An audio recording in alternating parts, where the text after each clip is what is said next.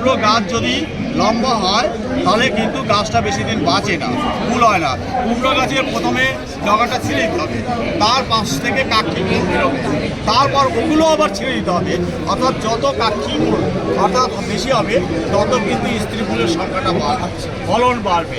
আর গাছটা যদি অনেক দূর পর্যন্ত লম্বা হয় সেই গাছটা বেশি দিন বাঁচে না। তা আমি কৃষককে কবিতার মাধ্যমে পরামর্শ দিয়েছি যে প্রথম যখন কুমড়ো গাছ লাগাবেন 3-4 হাত হলে ওর ডগাটা ভেঙে দিন, তাহলে সাইড থেকে ডগা বেরোবে। আবার সেইগুলো আবার অল্প করে ভেঙে দিন, তারপর থেকে টার্সিয়ারি যে ডগা বেরোবে সেইটা থেকে স্ত্রী ফুলের সংখ্যা বাড়বে। আর এইগুলো কেটে কেটে খেয়ে নেবেন, একদিকে সবজিও হলো, কিছু পয়সা হবে। এটাই আমার এই কবিতাটার মেন। তাহলে একটু আপনার কৃষিকাজ সংক্রান্ত একটা কবিতা শুনে নিন, মিষ্টি কুমড়ো। না, আমার কাব্যরসে কৃষিকতা দুটো বই আছে, প্রথম খণ্ড দ্বিতীয় খণ্ড। আমি দ্বিতীয় খণ্ড থেকে একটি কবিতা বলছি। কবিতার নাম হচ্ছে মিষ্টি কুমড়ো চাষ। হলুদ ফুলে মন কেড়েছে মৌমাছি যায় দেখে, বিনতে বিনতে মিষ্টি কুমড়া ঝুলছে মাচা থেকে।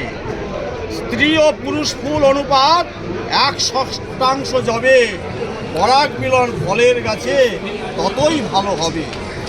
কুমড়োর জায়গা খেতে ভালো, ল্যাটা ও শোল মাছে, কুমড়ো লাগে খিচুড়িতে, ঘ্যাটে দরকার আছে। কুমড়ো হলো লতানো গাছ, 12 মাসই চাষে, অগ্রডগা কেটে দাও ভাই, কাক্ষিকে ফুল আসে। অগ্রডগা না কাটিলে অল্প দিনে মরে, পুরুষ ফুলে লতা বাড়ে, ফলে নাহি ভরে।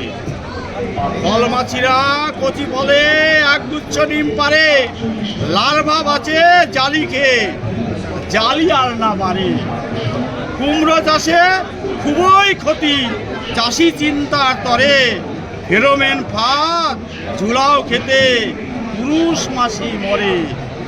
গুঁড়োচিতি পাতায় ধরে, গাছের বৃদ্ধি কমে, অ্যাজোস্ট্রবিন বা মাইক্রোবুটানেল স্প্রেতে রোগটি যাবে দমে।